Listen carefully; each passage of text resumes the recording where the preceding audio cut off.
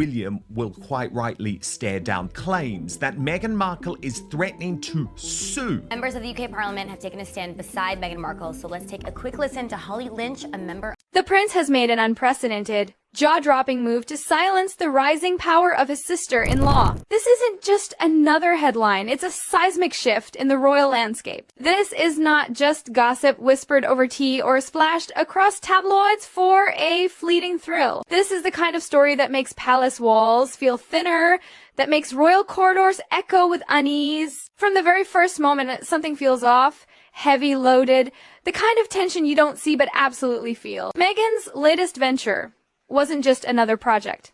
It wasn't a harmless reinvention or a casual business move. It landed like a thunderclap across the monarchy, shaking old rules, rattling ancient traditions, and exposing a power struggle that had been simmering quietly for years. Behind the closed doors of Buckingham Palace, where smiles are practiced and words are measured, a silent war has been brewing. At the center of it all stand King Charles and Prince William, father and son, bound by blood, yet divided by belief. Charles, shaped by decades of patience and restraint, clings to the idea the family can be reasoned with, soothed, brought back together with careful words and softer edges. William, on the other hand, watches the monarchy like a fortress under siege. He doesn't see family disputes. He sees vulnerabilities.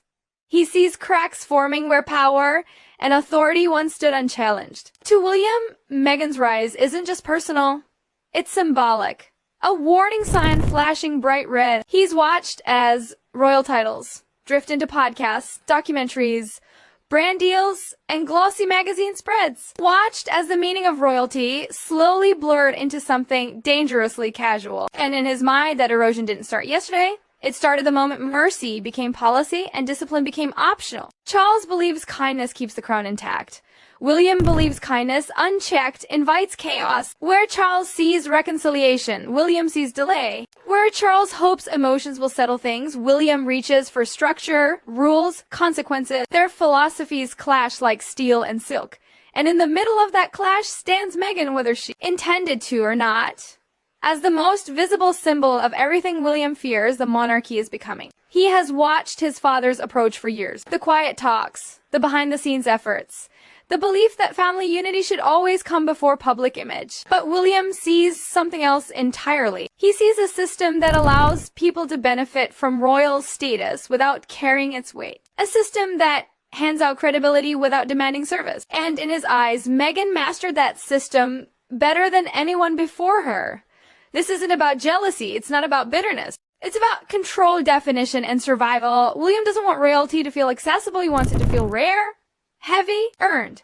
To him, being royal isn't a lifestyle choice or a branding opportunity. It's a duty that consumes you entirely or not at all.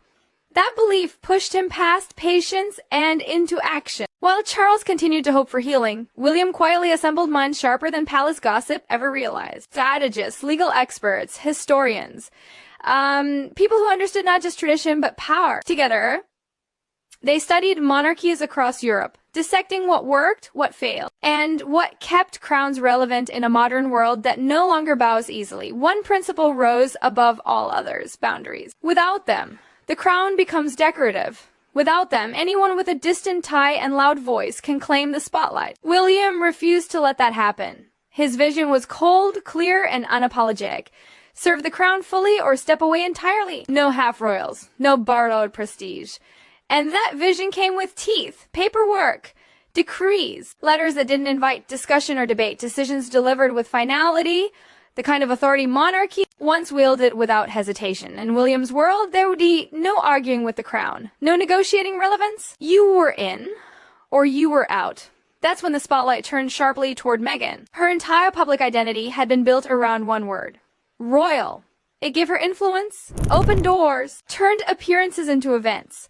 Strip that word of its weight, and everything attached to it begins to wobble. William knew this. He wasn't blind to the consequences. He simply didn't care. Protecting the institution mattered more than preserving anyone's brand. When whispers of reform began circulating, Meghan's team didn't panic at first. They analyzed, calculated, but as patterns emerged, the reality sank in. This wasn't idle talk. This was structural change. And structural change doesn't bend to PR. The move to trademark the title wasn't desperation, it was survival instinct. A last attempt to anchor relevance in law when tradition began slipping away. On paper, it was clever. If the title could be owned commercially, it could still live loudly in media and business spaces. But the palace saw it coming long before the ink could dry. Royal titles were never meant to be claimed like products, and the door slammed shut before the strategy could take its first breath. What followed wasn't loud. There were no dramatic announcements, no public declarations, just a slow, deliberate tightening of the rules, a quiet redefinition of who mattered, who counted, and who no longer did. Meghan's influence didn't vanish overnight, but it thinned. Invitations cooled, introductions changed, the unspoken hierarchy reasserted itself. William remained unmoved. To him, this wasn't punishment. It was correction. He wasn't rewriting history out of spite. He was pruning a tree he believed had grown dangerously wild. Even his own brother wasn't exempt. Titles adjusted, roles clarified. Emotional fallout accepted as collateral. Behind the scenes, Meghan's team scrambled, recalibrating strategies, trying to hold on to momentum as the ground shifted beneath them. They understood the brutal truth. Celebrity fades, royalty endures. Or at least it's supposed to. William's blueprint wasn't born in isolation. He studied Denmark, Sweden, Spain, watched how other monarchies cut ties cleanly, redefined roles, and survived backlash with their authority intact. One decision, in particular, haunted his thinking. A queen stripping her own grandchildren of titles without apology. No drama, no debate. Just clarity. That clarity became William's North Star. Act early, act decisively. Never wait for chaos to force your hand. He knew the British monarchy couldn't afford to drift any further into ambiguity. Not in an age where relevance is fragile and respect is easily lost. And so, while Meghan fought to preserve her place in the spotlight, William fought to preserve something much older, heavier, and less forgiving. Legacy. This wasn't a personal feud playing out in headlines. It was a collision between modern celebrity culture and ancient institutional power, between influence earned through attention and authority earned through service. And in that collision, only one side was willing to walk away, untouched by emotion. As the dust settles, one truth lingers uncomfortably in the air. The crowd does not chase those who leave it behind. It never has. It simply closes ranks and moves forward, colder, sharper, and more defined than before. And somewhere between ambition and tradition, between brand and bloodline, the monarchy reminds the world of something it never forgot. Power doesn't need applause. It only needs obedience. The real shock, the part no one talks about loudly, is how quickly silence replaced spectacle. Once the palace lines hardened, once William's vision quietly slipped from theory into reality, the noise around Meghan didn't explode, it thinned. And that kind of silence is far more terrifying than outrage, because outrage still means relevance. Silence means you're no longer essential to the story. Inside royal circles, the shift was felt instantly. Invitations became cautious. Language became precise. The casual way her name once floated through elite rooms, wrapped in reverence and curiosity, began to sound different. Still recognizable, yes, but no longer commanding. No longer carrying that unspoken gravity that makes people lean forward instead of politely nod. Meghan understood this change better than anyone. She had lived in both worlds now. She knew the difference between celebrity attention and royal authority. One fades with trends, the other endures because it is never offered freely. And that realization hit hard. Not publicly, not dramatically, but privately, where reality always cuts deepest. William, meanwhile, never slowed down. If anything, he became more deliberate. His moves weren't reactive, they were anticipatory. Every potential loophole was studied, every possible workaround quietly sealed. This wasn't personal warfare. It was institutional housekeeping. The kind that looks boring on the surface, but reshapes power underneath. What unsettled many observers wasn't just his firmness. It was his patience. He wasn't in a rush to humiliate anyone. He didn't need to. Time was on his side. Every month that passed under the new unspoken rules subtly reinforced his authority. The monarchy began to feel less porous, less negotiable.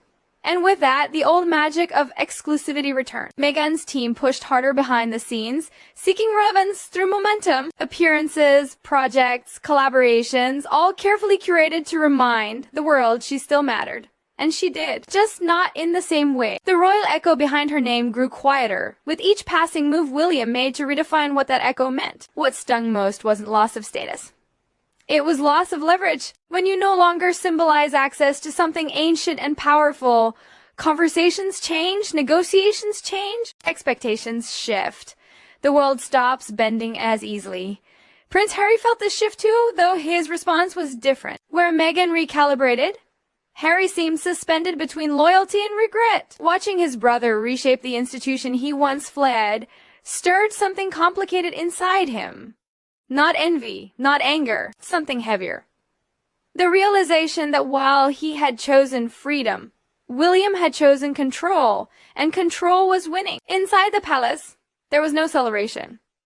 No champagne corks popping over a job well done. Just quiet acknowledgement that a dangerous era of ambiguity was ending. William wasn't trying to modernize the monarchy to make it friendlier. He was modernizing it to make it unbreakable. And perhaps that was the cruel irony of it all. Meghan didn't lose because she failed. She lost because the rules changed. And in royal history, rule changes always favor the crown, never the challenger. The monarchy has survived wars, scandals, abdications, and revolution. Not because it adapts emotionally, but because it adapts structurally. William understood that instinctively. He wasn't raised just to be loved. He was raised to endure.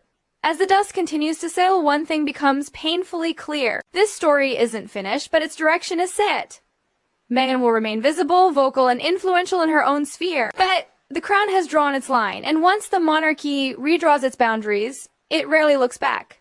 This wasn't revenge. It wasn't cruelty. It was something colder and far more dangerous. It was inevitability. And in the end, that's the one force no brand, no narrative, no amount of attention can ever truly defeat.